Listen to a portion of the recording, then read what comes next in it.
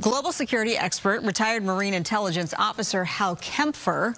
He joins us quite often here at Fox 11 and provides great perspective. I wanted you to come on because we're seeing all sorts of aircraft that are making all the difference, thank goodness, when it comes to these firefights, and especially the Palisades fire right now. And I wanted to get your thoughts on these aircraft, and if you can explain to us the capabilities that each of them are capable of doing, especially the DC-10.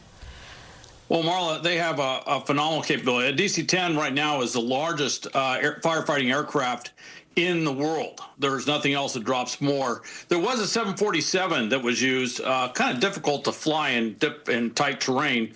It could actually drop more, but it was just difficult to use, and they actually quit using it about 3 years ago. So that DC-10 is huge, but what you're seeing is a lot of military aircraft. There's C-130s that are coming in. Of course, you see in the Cal Fire C-130 has been flying for days, but also military. The President Biden has stood up what's called the MAF squadron. It's a firefighting squadron. It's a special thing under the law. There's about 8 C-130s around the country, 2 of them in California, 2 of them in Nevada that have got activated right away, that are used to drop water, and they can get in really close, really tight with that canalized terrain, if you will, that mountainous terrain, and they are extremely good at doing stuff like that. So you're seeing that, and then, of course, you're also seeing other aircraft. The Navy is going to be sending a squadron of helicopters that does what are called water bucket operations, dropping water on fires. They do that out San Clemente Island, which is a naval gunnery range out here all the time. So they're being brought in. So you're seeing those aircraft augmenting the 60-some aircraft that CAL FIRE has, and then all the different local agencies with their aircraft. And you're seeing Erickson flying their aircraft. They're based out of Oregon. They're a commercial firefighting thing. And then you're also seeing, the Canada has sent down aircraft as well, to include the 2 Super Scoopers. But one of the Super Scoopers, of course, is out of commission right now because it hit a drone. Yeah, that illegal drone that is affecting the firefight because it's taken down one of the aircraft. Now, here's what some people have noticed, those who have lost homes along the Pacific Coast Highway, that people were posting things like, why couldn't they just pick up the ocean water and douse those homes along PCH? I see you kind of chuckle. Explain to people why the ocean water is not really a good resource for firefighters. It's not optimal. Let's just put it that way. If you use a lot of ocean water, that's going to cause, some environmental issues. It causes some problems with the land, stuff like that. They prefer to use fresh water whenever they can.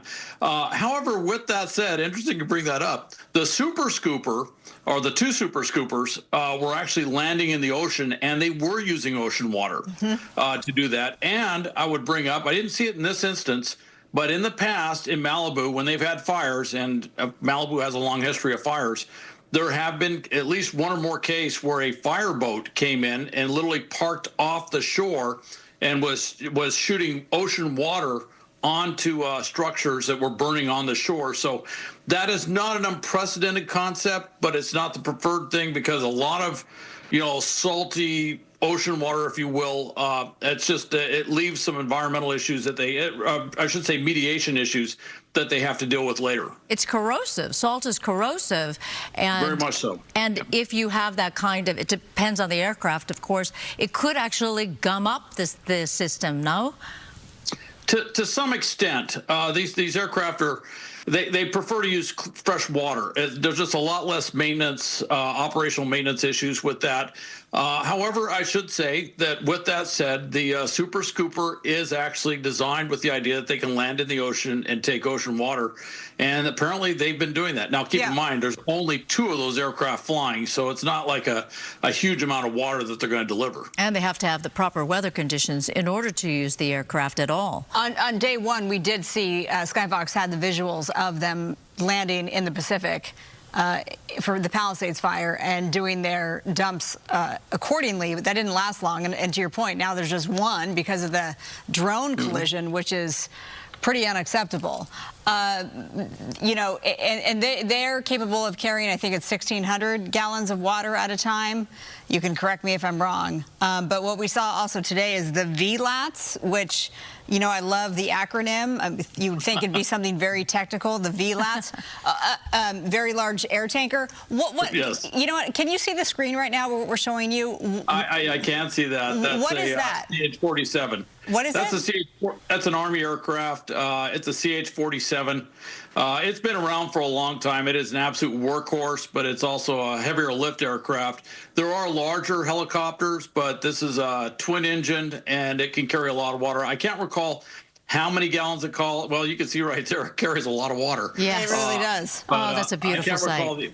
Yeah. Now, when you start getting into the VLATs, the very large air transports, now you're talking, you know, things are even bigger. And if you get into the DC-10 range, you're just shy of 40,000 gallons. I mean, it's an amazing amount. The 747, I think, carried something like 63,000 gallons. It was an amazing amount. But the problem is with CH-47, or CH-47, I'm sorry, the 747 was, it sits so high. The cockpit is so high. It's a real challenge for the pilots when they're coming in low to be sitting that high and figure out where they are in relation to uneven terrain, like what we see here with the, you know, with this mountainous terrain that we're fighting. So there were some real operational restrictions on what they could do. And in many cases, at least initially, they would tend to drop really high, which meant that by the time the water got to the ground, it had dispersed so much, it just wasn't having the effect, even though it was a tremendous amount of water.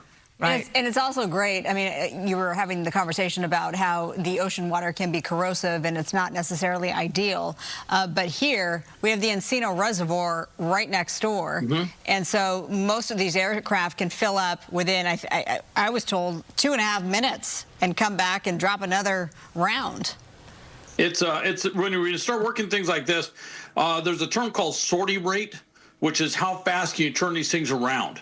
And even though you could have one aircraft, for example, that 747, yeah, it could carry a lot of water, but it took like a half hour or more to fill it up. And they had to land at a big airport that could, you know, handle a 747. So then DC-10 has some of those same restrictions. But some of these smaller aircraft, like the helicopters, yeah, they don't carry as much, but they can literally go in there, drop the bucket, fill up right away, and boom, like within a couple of minutes, they're back out and they're dropping another mission. And that's one of the values of having these bucket operations. That's one of the reasons that President Biden, you know, basically told that Navy squadron down in San Diego, you know, get your gear ready, get ready to go, because they were already set up. They've been doing that. They do it on a regular basis out at San Clemente Island. By the way, out San Clemente Island, not a lot of freshwater reservoirs. You can imagine if they're dropping water, they're probably dropping seawater. So they're very, very adept at doing things like this. And there's also, you know, when I was doing this, and that's why in uniform I used to coordinate these activities. One of the things that we did was we stood up a helicopter squadron to do bucket operations, working with our civilian counterparts in support of fires in Southern California. Also, something that kind of brought back memories is when they said they're mobilizing 500 Marines or going to have 500 Marines come up here to do fire suppression. I worked that mission very extensively. It does take days to do it because they have to be equipped. They even have to get new boots that they can wear in firefighting.